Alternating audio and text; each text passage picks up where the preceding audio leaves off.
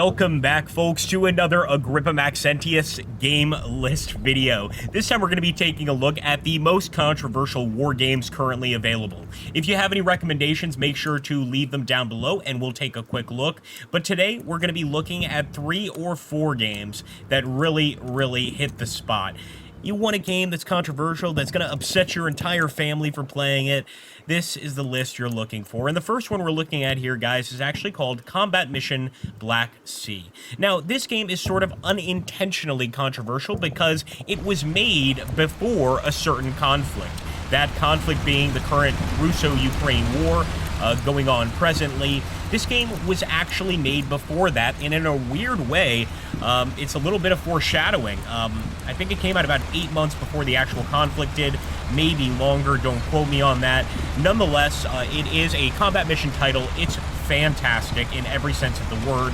And, of course, you can have Ukrainians versus Russians.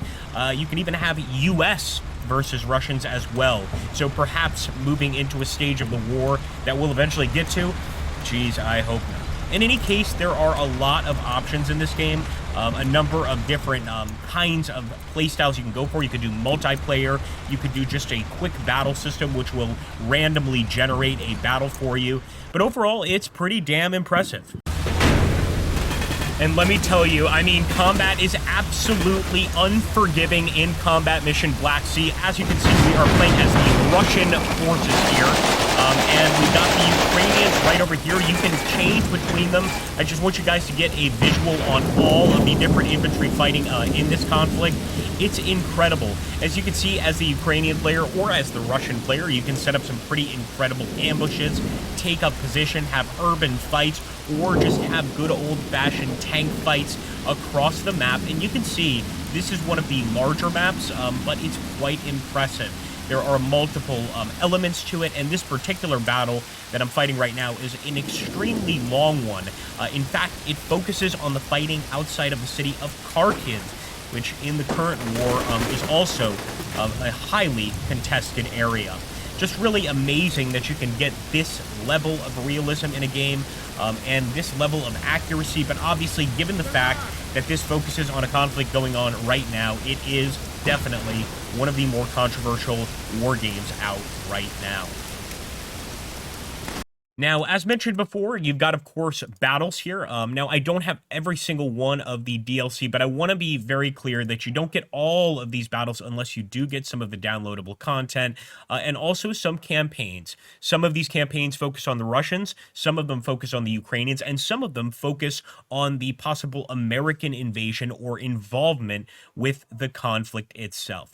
Of course, if you like play-by-email, then you're going to love this game. You can, of course, do a play-by-email multiplayer with a friend, and of course take your time in your battle preparation. Again, that quick battle system, I haven't really used it, but apparently you kind of put in some parameters and it just randomizes an epic fight. Of course, you can change the attacker, the defender, etc. Play with it at your will. But definitely, if you are a combat mission fan, and if you're a fan of just good games, I would recommend this one. It's not bad. Hey, I know what possibly couldn't be controversial at all. A game about the Syrian war, the Syrian civil war, especially one like Syrian warfare. Man, this game really touches on all the bases of controversy.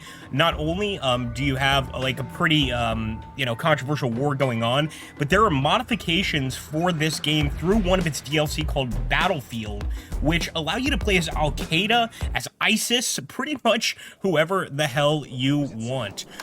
In this particular mission, again, one of the ones available in Battlefield, we're playing as a Russian Spetsnaz force, that's right, trying to wipe out any and all terrorists in the area. Now, we're actually meeting with a Syrian Special Forces team, but believe me, this is like the least controversial mission in this entire game, if I'm being perfectly honest. The game does feature a pretty robust squad building system, so you essentially have to like sort of build a squad for whatever mission you're going into.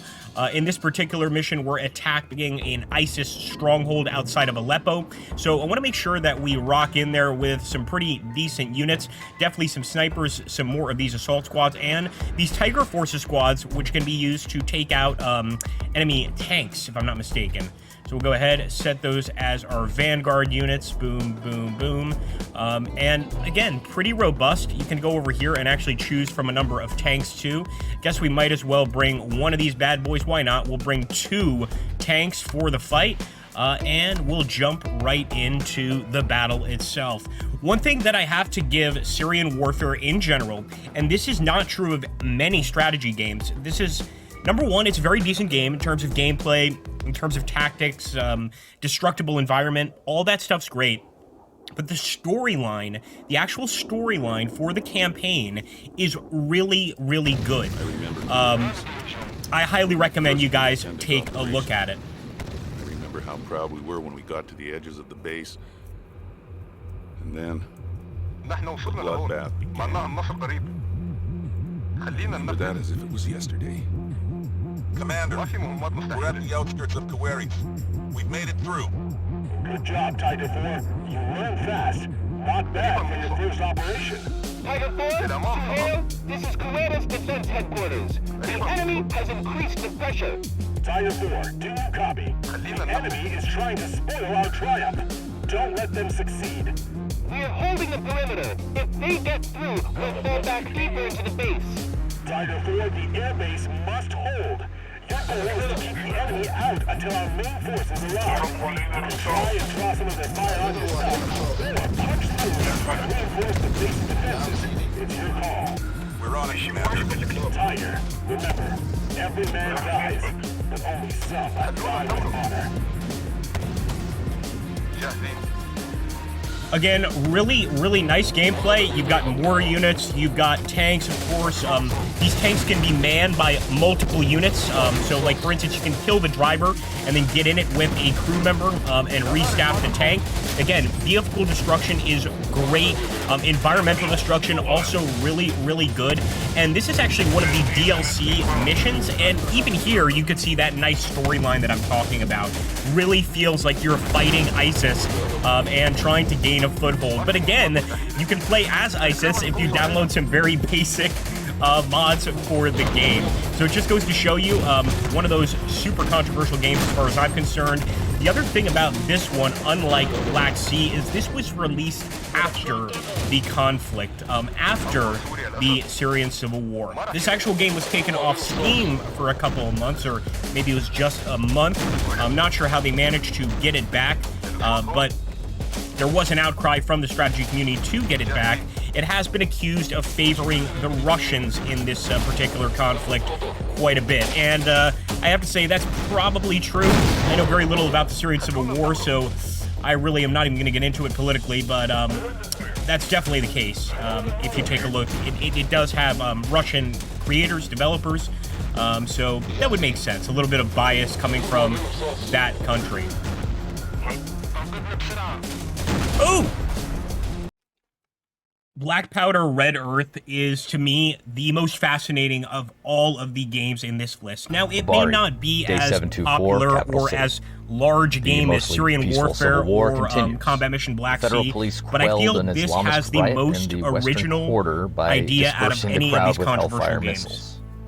Notable actions for crisis troop elements inside the capital city limits. Ember North completed a cache recovery with no rounds exchanged, capturing 2 Dishkas and 5,000 rounds of 12.7 ammunition. The element also seized 3 dozen 55-gallon drums with water and 200 pounds of rice, enough to sustain a company-sized element for a week. Tech processed a mesh network router captured on site and has identified the metadata suggesting Objective Vanderbilt was recently at this cache. Vanderbilt is one of the mercs hired by the IARI network to keep this place on fire. He's been on the client's high-value target list since before the last coup. Hornet. The client asked for Crisis Troop Ember on this by name. This is high priority. The company trusts you to conclude this expediently. So basically, guys, this is a pixel-based counterterrorism game, and it's a crazy dystopian future world where essentially Islamic terrorists have taken over the entirety of the Middle East, and you are one of many private military companies tasked with, of course, dispatching certain terrorist leaders, getting information, etc. It's sort of a tactical, I guess you'd call it like a tactical turn-based shooter or something, squad-based, and it's pretty much you trying to worm your way through a massive slum area filled with IEDs, filled with suicide bombers, filled with prison networks, terrorist cells, just anything you could think of, including, of course, jihadist checkpoints. Yeah, they really do go quite far here in allowing you to experience a true counter-terror situation, of course. Now, the way it works, of course, is you're going to get different missions or different tasks each time, depending on the mission. Right now, we're just trying to move through and actually locate a high-value target. Once you locate this target, the choices are entirely up to you. You could actually just call in a massive airstrike. Looks like we are facing an enemy right there.